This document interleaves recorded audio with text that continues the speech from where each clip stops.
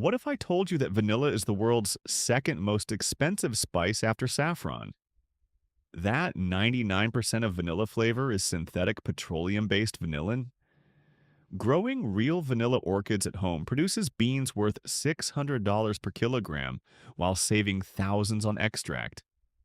And today I'm going to show you exactly how. Vanilla's natural habitat.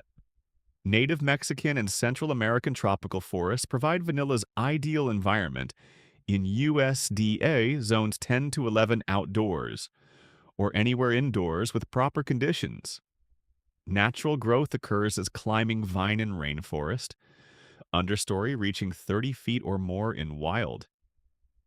Temperature requirements span 60 to 95 degrees Fahrenheit, with plant death below 50 degrees and growth stopping below 60 degrees. Humidity maintains 80 to 90% constant in native habitat.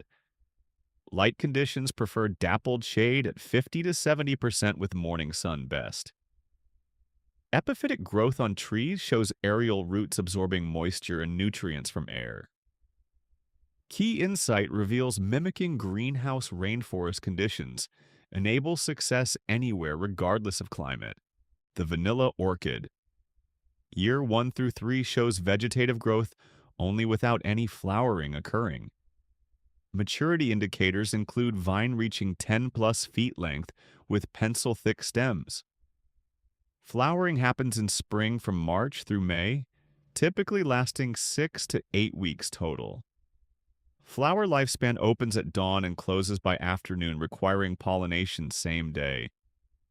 Pollination window provides just 12 hours maximum per individual flower.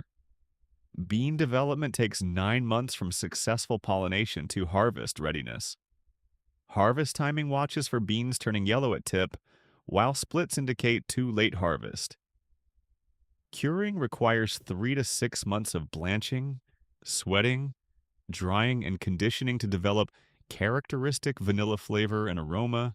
Sourcing plants. Rooted cuttings costing $25 to $60 each provide fastest path to maturity and flowering.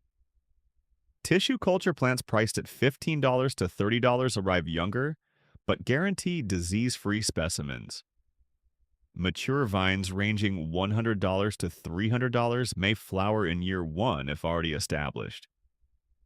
Seeds prove extremely difficult with 2+ years to germinate, making them impractical for home growers. Reputable suppliers include Florida and California tropical nurseries plus orchid specialists. Red flags include seeds from general sellers and claims of easy flowering without years of growth. Look for active growth, visible aerial roots, and at least 12 inches length. Species options include vanilla planifolia from Madagascar, V. tahitensis from Tahiti, and V. pompona from West Indies. Temperature and humidity control. The optimum temperature range maintains 70 to 85 degrees Fahrenheit during day and 60 to 70 degrees at night. Minimum temperature of 50 degrees stops all growth, while 40 degrees causes plant death. Maximum temperature of 95 degrees creates stress, while 100 degrees plus causes permanent damage.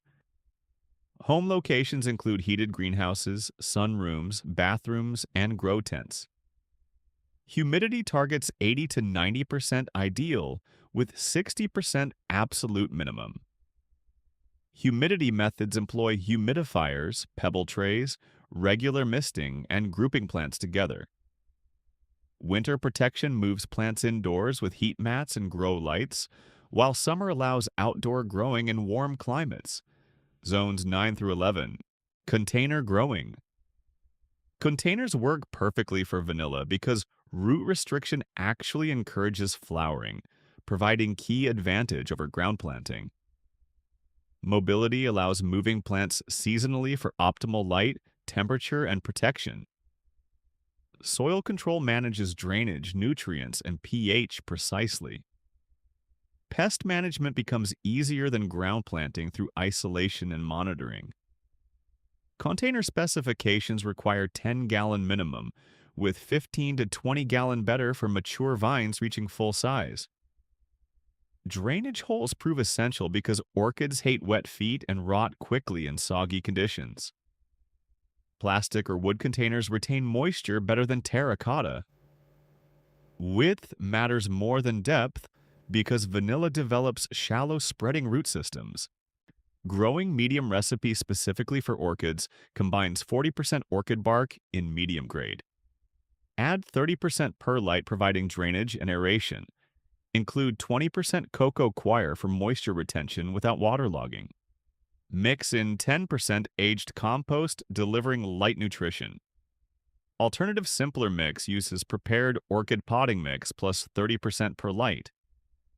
pH maintains 6.0 to 7.0, slightly acidic to neutral range. Support structure designs include trellis at 6 to 8 feet tall minimum using sturdy wood or metal construction. Single pole at 8 to 10 feet works using bamboo, PVC, or wood. Moss pole wraps sphagnum around pole for aerial root attachment. Living tree outdoors in warm climates mimics natural habitat perfectly. Horizontal wires create manageable loops, providing easier pollination access at comfortable height. Training the vine allows natural climbing while guiding direction towards support. Loop vine horizontally at 6 feet, creating easier pollination access. Aerial roots attach naturally to support when misted, regularly encouraging attachment. Prune strategically to encourage branching, which produces more flowering sites. Never let vine trail on ground because this encourages root rot and pest problems. Planting procedure positions vine at angle leaning toward support structure.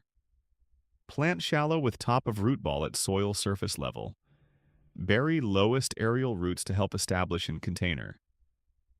Secure vine gently to support using soft ties avoiding damage. Water thoroughly after planting to settle medium and eliminate air pockets. Watering technique keeps medium moist but not soggy following standard orchid care rules.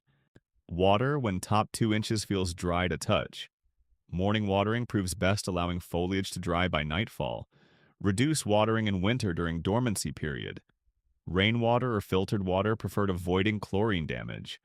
Mist aerial roots daily because they absorb significant moisture and nutrients. Fertilization schedule applies orchid fertilizer at 20-20-20 ratio diluted to quarter strength. Weekly application during growing season from spring through fall. Monthly feeding during winter dormancy maintains minimal nutrition. Fish emulsion biweekly provides nitrogen boost for healthy foliage growth. Stop nitrogen fertilizer 2 months before expected flowering time.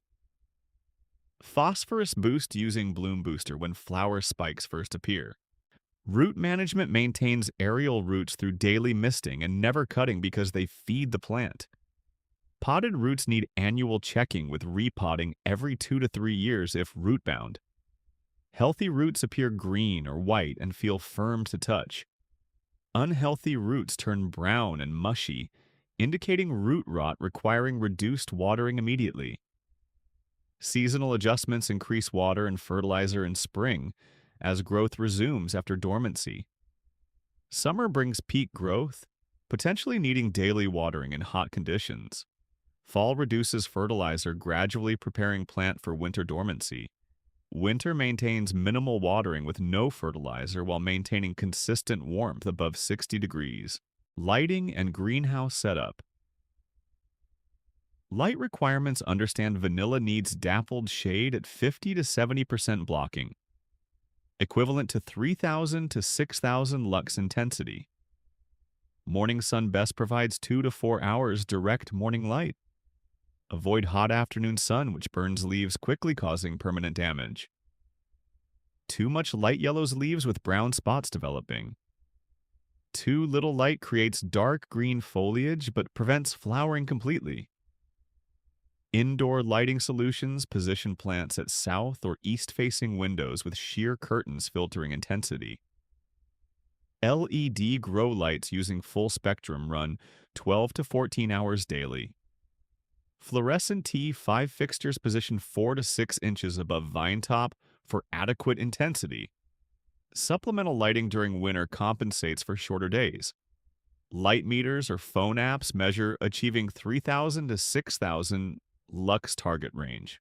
Heat greenhouse growing provides ideal setup using shade cloth at 50 to 60% coverage over roof. Orientation east-west maximizes morning sun exposure while avoiding hot afternoon. Ventilation proves critical for managing humidity without creating fungal problems. Heating maintains 60 degrees Fahrenheit minimum during winter nights. Cooling uses evaporative methods or circulation fans during summer heat. Floor gravel with water reservoirs underneath generates humidity naturally. Sunroom or conservatory adaptation works similar to greenhouse, but attaches to house, providing shared heating benefits. Temperature stays more stable through house connection. Humidity becomes harder to maintain against dry house air infiltration. Supplemental humidifiers run constantly, essential for maintaining 80 to 90%.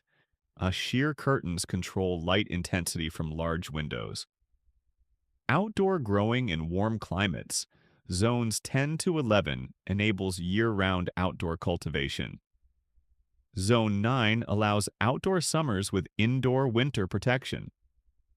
Location under tree canopy provides natural dappled shade filtering. Protection from wind prevents physical damage to delicate vines. Frost risk requires moving indoors immediately if forecast drops below 50 degrees. Grow tent setup provides controlled environment using 4x4 or 6x6 tent, accommodating mature vines. LED grow lights on timer maintain 12 to 14 hours daily photo period. Inline fan with carbon filter creates air circulation preventing stagnation. Humidifier inside tent maintains 80 to 90% humidity constantly.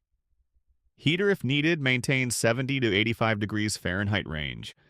Complete environmental control enables year-round growing anywhere. Seasonal light adjustments increase light hours in spring as growth resumes after dormancy. Summer natural light proves sufficient, but watch for leaf burn signs. Fall maintains light levels as days naturally shorten. Winter supplemental lighting becomes critical for maintaining health through dormancy preparation.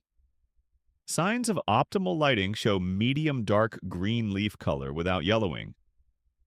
Compact node spacing at 2 to 3 inches between leaves indicates proper intensity. Flower spike development after maturity confirms adequate lighting. No yellowing or browning anywhere on foliage. Troubleshooting light issues addresses leggy growth by increasing light intensity or duration. Leaf burn requires reducing direct sun exposure and adding shade filtering. No flowering after maturity suggests increasing light if temperature adequate. Slow growth checks light meter adjusting to proper 3,000 to 6,000 lux range. Pollination technique for bean production. Hand pollination becomes necessary because natural pollinator Melipona bee exists only in Mexico. Outside Mexico, no native pollinators exist, making natural pollination impossible. Natural pollination rate remains below 1% without human intervention. Hand pollination rate achieves 50 to 80% success with practice and proper technique. Each flower opens at dawn, closing by afternoon, providing just a 12-hour window. Flower identification and timing shows flower spikes appearing in spring on mature vines 3+ years old. Buds develop over 2 to 3 weeks before opening stage. Opening occurs at dawn from 6 to 9 a.m., typically then closes afternoon. Color appears cream to pale yellow-green, indicating readiness, while structure shows lip petal covering column, containing male and female reproductive parts. Pollination tools needed include toothpick or bamboo skewer for primary work. Tweezers prove optional but helpful for delicate manipulation. Magnifying glass assists beginners learning anatomy and technique. Steady hand and good lighting ensure precision during brief window. Step-by-step pollination procedure begins in morning when flower fully opens. Step 1 lifts lip petal carefully using toothpick tip. Step 2 locates rostellum, which is thin membrane separating anther from stigma. Step 3 pierces and tears rostellum using toothpick tip, creating access. Step 4 presses anther containing pollen mass directly against exposed stigma. Step 5 folds lip back down and secures if needed using gentle pressure. Duration takes 30 to 60 seconds per flower with practice. Success indicators show flower remaining attached to vine, not dropping off next day. Base of flower swells visibly within 24 to 48 hours after pollination. Tiny bean becomes visible within 1 week of successful pollination. Bean continues growing steadily over full 9-month development period. Failure indicators show flower dropping off within 24 hours of pollination attempt. Base doesn't swell, indicating unsuccessful pollen transfer. Bean starts developing but aborts early, turning yellow or brown. Maximizing pollination success practices on multiple flowers, pollinating 10 to 20 for experience.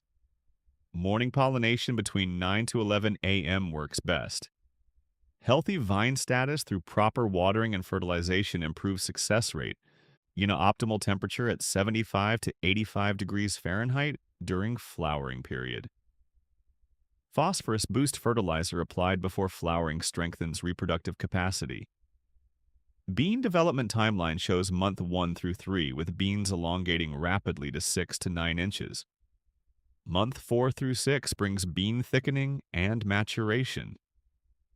Month 7 through 9 completes final sizing while pods remain green. Month 9 shows tips turning yellow, signaling harvest readiness. Never wait for splitting because this reduces quality significantly. Number of beans per vine limits young vines at first flowering to 10 to 20 beans maximum, preventing stress. Mature vines handle 50 to 100 beans possible with optimal care. Over-pollinating stresses vine, reducing both quality and vine health. Selective pollination chooses only healthiest, strongest flowers for best results. When not to pollinate includes avoiding stressed or unhealthy vines. Temperature extremes below 65 degrees or above 90 degrees reduce success dramatically. First year of flowering should rest, allowing further maturity. Already carrying maximum bean load prevents additional pollination attempts. Curing vanilla beans. Curing proves essential because fresh beans contain no vanilla flavor, tasting like green beans. Curing develops vanillin and 250 plus flavor compounds through enzymatic processes. Traditional method requires 3 to 6 months labor-intensive processing. Shortcuts exist but compromise quality and final market value significantly. Proper curing determines final value and flavor profile completely. Harvest timing proves critical, with too early harvest producing low vanillin content and weak flavor. Too late harvest causes split pods, reducing quality grade. Perfect timing shows tips turning yellow while pods remain completely closed. 8 to 9 months after pollination typically indicates readiness. Harvest entire bean with stem portion intact for proper curing. Traditional Madagascan method represents gold standard, producing highest quality beans. Step 1. Killing uses hot water blanch at 150 to 170 degrees Fahrenheit for 3 minutes. Purpose stops growth while starting essential enzyme activity. Alternative methods include sun exposure or freezing, producing lower quality results. Step 2. Sweating lasts 2 to 3 weeks, wrapping hot beans in blankets immediately after blanching. Store in insulated box maintaining 120 to 140 degrees Fahrenheit.